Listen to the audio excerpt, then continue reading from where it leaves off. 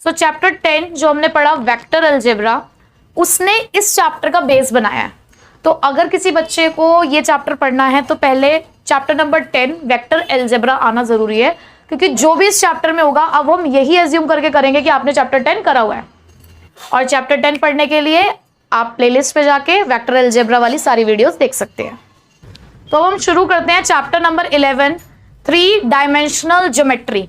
यानी कि अब तक भाई वैसे वेक्टर अलजेब्रा ने हमें 3D का थोड़ा सा इंट्रोडक्शन दे दिया था, क्योंकि वहां पर भी हम एक्स एक्सिस के अलोंग, वाई एक्सिस के अलोंग और जेड एक्सिस के अलोंग ही काम कर रहे थे।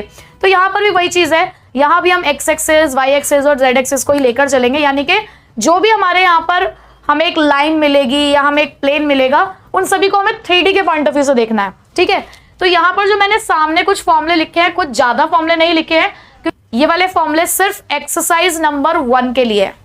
और एक्सरसाइज नंबर 1 में हमारे पास ज्यादा कॉन्सेप्ट नहीं है, सिर्फ 5 ही क्वेश्चंस है। तो उसमें इस्तेमाल होने वाले ये कुछ फॉर्मूले हमारे पास, जैसे कि पहला है the direction ratios of a line. आपने direction ratios of a vector सीख लिया है, लेकिन अगर हमें एक direction ratios of a line निकालना है तो आप निकालेंगे x2 - x1, y2 - y1, z2 - z1, जहां पर x2 x1 y1 z1, x2 y2 z2 आपको पॉइंट्स दे रखे होंगे। डायरेक्शन कोसाइंस अगर निकालने हैं तो आपको ही पता है कि डायरेक्शन कोसाइंस क्या होते थे, हमारे x एक्सिस, y एक्सिस और z एक्सिस के अलोंग बनने वाले कोसाइंस एंगल्स। तो वो L, M, N से रिप्रेजेंट किए जाते हैं, या फिर cos alpha, cos beta, cos gamma, जिनका फॉर्मूला a/√* के अंदर a² + b² + c², b/√* के अंदर a² + b² + c², c/√* के अंदर a² + b² + c²। रिलेशनशिप हम ये पढ़ चुके हैं, फिर भी एक बार देख लीजिए। जहां पर डायरेक्शन कोसाइंस के सभी के स्क्वायर्स का सम 1 के बराबर है, यानी कि L² + m² + n² किसके बराबर है, 1 के बराबर है। आप चाहो तो इसको ये भी लिख सकते हो कि cos² alpha plus cos² beta plus cos² gamma भी 1 के बराबर ही होता है। नोट दूसरा है, note number 2, 2 lines are parallel. हम वहां वेक्टर पैरेलल की बात करते थे, अब हम यहाँ पे लाइंस बोलेंगे। 2 लाइंस अगर पैरेलल होती हैं तो उनके डायरेक्शन रेशियो सेम होते हैं या प्रोपोर्शनल। अब यहाँ डायरेक्शन रेशियोज क्या है, यही जो A, B, C है। ठीक है, ये बच्चे ये ठीक कर लेना, ये cos गामा है, इधर भी cos गामा है, वो गलती से मैंने उसको भी अल्फा बना दिया था। ठीक है, हो जाती है mistake, manual mistake. Question number 1 देखते हैं। क्वेश्चन नंबर 1 है, if a line makes angle 90 degree, 135 degree, 45 degree with x, y and z axis respectively, find its direction cosines. आपको ऑलरेडी उन्होंने एक्सिस के एंगल्स दे दिए, दैट मीन्स उन्होंने question में आपको दिया कि cos अल्फा है 90 डिग्री, cos बीटा है आपके पास 135 डिग्री और cos गामा है आपके पास 45 डिग्री। अब बस आपको ना इनके वैल्यूज पता होनी चाहिए। अब अगर मैं आपको यहां पर लेकर जाऊं अपने क्वाड्रेंट्स पे, तो आपको पता है ये फर्स्ट, सेकेंड, थर्ड और फोर्थ क्वाड्रेंट है। अगर आप 90 डिग्री की बात करो तो 90 डिग्री यहां आ रहा है, 135 डिग्री आपका यहां आएगा, क्योंकि 90 से 180 तक जाता है। ये 180 से 270 है, 270 से 360 डिग्री। नीचे का तो हमें काम ही नहीं है, फिलहाल हमें काम है फर्स्ट क्वाड्रेंट और सेकंड क्वाड्रेंट, क्योंकि अगला वाला भी 45 डिग्री है जो इस फर्स्ट क्वाड्रेंट में आ जाएगा। अब फर्स्ट क्वाड्रेंट में आपको पता है कि सारी वैल्यूज क्या होती है, पॉजिटिव होती है, और सेकंड वाले में साइन और कॉसेक, यहां पे टेन और कॉट पॉजिटिव होता है, और यहां पे सेक और कॉस और सेक। ठीक है, अब देखो आपको पता होनी चाहिए कि कॉस 90 डिग्री की वैल्यू क्या होती है। तो कॉस 90 डिग्री की वैल्यू होती है 0। ठीक है, तो ये तो हमें पता चल गया। कॉस 135 डिग्री हमारे लिए डायरेक्ट नहीं था। अब इसे आप निकालोगे कैसे, देखो देखो हमें यहां पर ये 180 डिग्री के अंदर अंदर है ना, यानी कि इसको 180 - 45 डिग्री लिखूं तो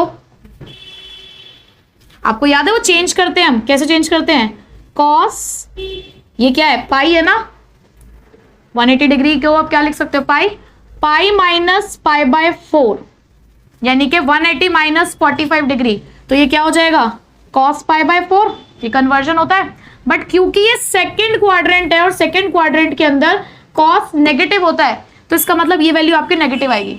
इस बात को ध्यान से समझना है, सेकंड क्वाड्रेंट में cos नेगेटिव है और वैल्यू किसकी चलेगी, क्योंकि पाई माइनस पाई बाय 4 करके आपका क्या आ रहा है 135 डिग्री आएगा। तो यानी कि पाई बाय 4 की जो वैल्यू होती है वही वैल्यू इसकी भी होगी, बट कौन सी वाली वैल्यू होगी, नेगेटिव। तो पाई बाय 4 पे वैल्यू होती है 1/√2, लेकिन कौन सी, नेगेटिव। ठीक है, इसी तरीके से cos 45 डिग्री है, वो तो हमें पता ही है कि cos 45 डिग्री क्या होता है 1/√2। तो क्या हमारे डायरेक्शन कोसाइंस निकले यहाँ पे, cos अल्फा हो गया 0, cos बीटा हो गया -1/√2 और cos गामा हो गया 1/√2। ठीक है, सेकेंड क्वेश्चन करते हैं। Find the direction cosines of a line which makes equal angles with the coordinate axis। Again हमें डायरेक्शन कोसाइंस निकालने हैं। जो एंगल्स हैं वो इक्वल है, इक्वल एंगल्स बनते हैं तीनों एक्सिस के साथ। अब भाई आपको ही पता है कि तीनों एक्सिस से बनने वाले एंगल को हम क्या बोलते हैं, यानी कि वो कह रहे हैं कि cos अल्फा, cos बीटा और cos गामा तीनों बराबर है।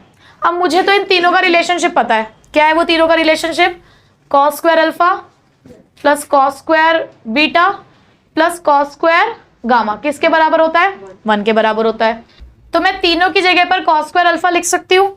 तो ये क्या हो जाएगा आपका 3 cos square alpha is equals to 1, square alpha is equals to 1/3। तो भाई cos अल्फा की वैल्यू क्या हो गई 1/√3। ठीक है, तो जब cos अल्फा की वैल्यू यही है तो यही वैल्यू किसकी होगी, cos बीटा की, और यही वैल्यू cos गामा की। दैट मीन्स हमारे जो डायरेक्शन कोसाइंस है वो क्या आ गए 1/√3, 1/√3 और 1/√3। लेकिन यहाँ पर ना प्लस माइनस ये भी आपको लेकर चलना है, प्लस माइनस के साथ। ठीक है, if a line has the direction ratios, अब आपको डायरेक्शन रेशियोज गिवन है, यानी कि आपको ए की वैल्यू गिवन है -18, बी की वैल्यू आपको गिवन है 12 और सी की वैल्यू आपको गिवन है -4। Then what are its direction cosines, यानी कि आपसे पूछा गया है L, M और N। मुझे पता है कि क्या होता है A/√√ के अंदर A² + B² + C²।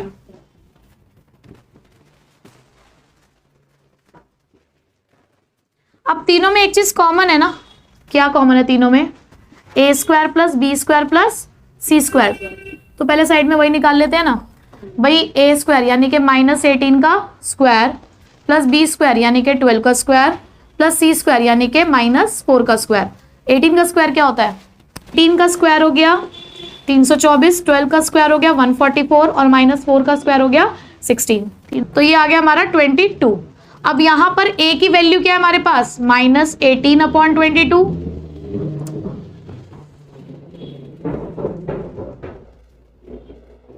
और तुम कहते हो साउंड काटा मत करो।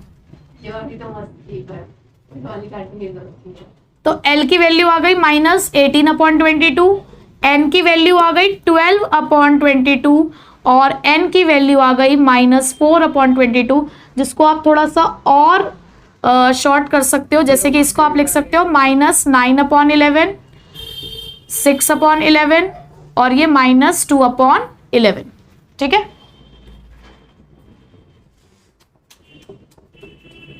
ये हो गए आपके डायरेक्शन कोसाइंस। मैं इनको नाम दे रही हूं A, B और C। ठीक है, सबसे पहले हम ए बी के डायरेक्शन रेशियोज निकालेंगे। कैसे, वही x2 - x1 z2 - z1 करके।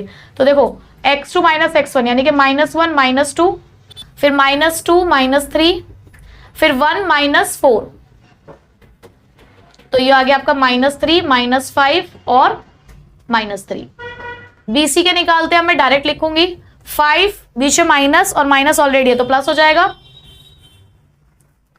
6, इसका साइन ऑलरेडी, यहां पर भी ऑलरेडी माइनस है तो +10, 7 - 1 6। उसके बाद AC के डायरेक्शन रेशियोज 5 - 2 3, 8 - 3 5, 7 - 4 3। ठीक है, अब आपने क्या करना है, अब इनको मैंने नाम दिया A1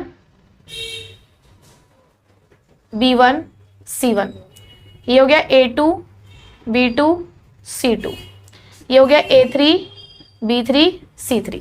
ठीक है, आपको ना इन्हें इनके प्रोपोर्शंस को इक्वल प्रूव करना है। कैसे, मैंने यहां पे रखा A2/A1, A2/A1 ना, A2/A1, तो यानी कि 6/-3। क्या आंसर आया? -2। चलो V2/V1, V2 कितना है हमारे पास, V1 कितना है हमारे पास, ये क्या आया हमारे पास, -2। अब मैंने रखा यहां पर C2/C1, C2 कितना है हमारे पास, 6, और C1 कितना है हमारे पास, 3। आंसर क्या आया, -2। फोर, ये जितने भी पॉइंट्स है हमारे पास ये कैसे हैं, कॉलिनियर। क्यों? क्योंकि जब हमने इनके डायरेक्शन रेशियोज का प्रोपोर्शन निकाला तो दो लाइंस के आपस का जो प्रोपोर्शन है वो क्या आ रहा है, इक्वल आ रहा है। आप चाहो तो अब इसको ऐसे भी चेक कर सकते हो AB और AC के साथ, ठीक है। लास्ट क्वेश्चन करते हैं, 5th क्वेश्चन इस एक्सरसाइज का। Find the direction cosines of the sides of the triangle whose vertices are. भाई जैसे कि ये हमारा एक ट्राइंगल है, तो इस ट्राइंगल की वो दे रखे हैं आपको, वर्टिसेस दे रखे हैं। जैसे कि ये A वर्टिसेस हो गया 3, 5, -4, ये हो गया -1, 1 और 2, और ये हो गया आपका -5, -5 और -2। अब हमें उनके साइड्स के डायरेक्शन कोसाइंस निकालने हैं, तो पहले हमें साइड्स के डायरेक्शन कोसाइंस निकालने पड़ेंगे। कैसे निकालेंगे? निकालने का तरीका वही है, AB के निकालते हैं, -1 -3 -4, 1 -5 -4, 2 +4 क्योंकि पीछे माइनस का साइन है और ऑलरेडी ये माइनस का है, तो ये हो गया 6।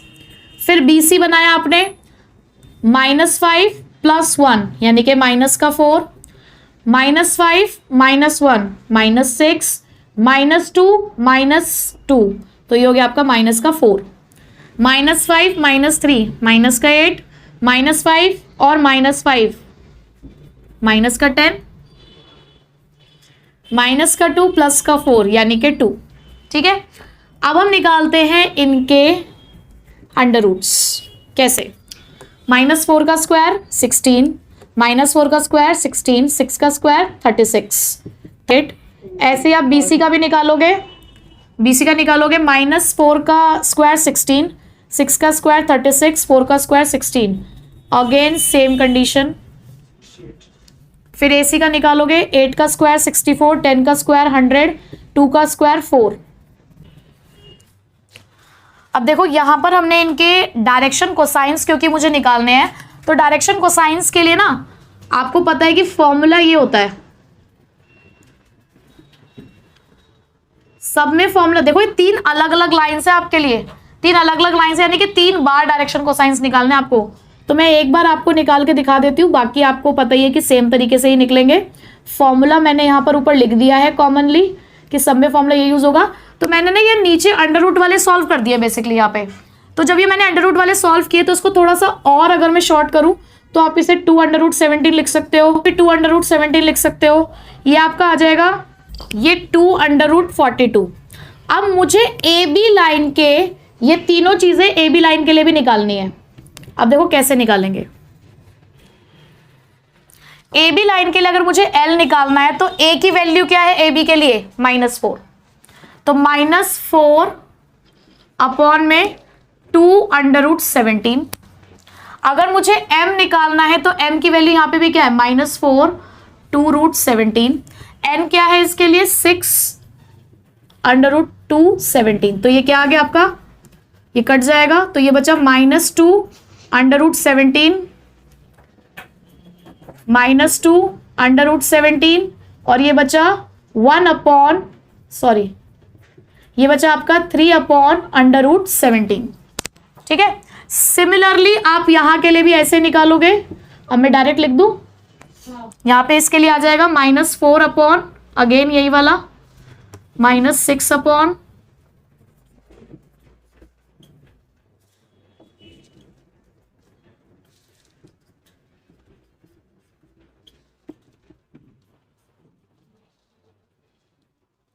AC के लिए, AC के लिए निकालते हैं।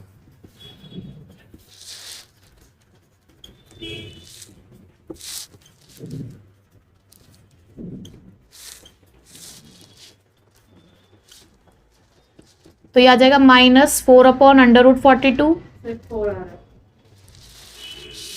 कहाँ 4 आ रहा है सिर्फ, तो 4 ही तो लिखा था मैंने भी। -5 और -3 तो -8 ही आ रहा है।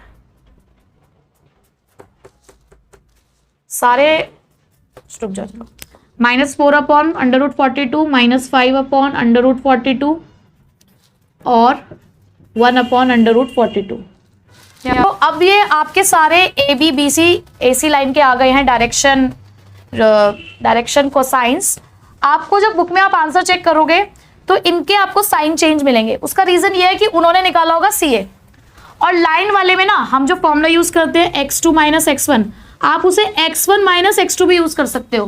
तो देयर इज नो डिफरेंस, उससे कोई फर्क नहीं पड़ता है। तो आपका आंसर ये करेक्ट है। ठीक है, तो इसी के साथ हमारी एक्सरसाइज 11.1 कंप्लीट होती है।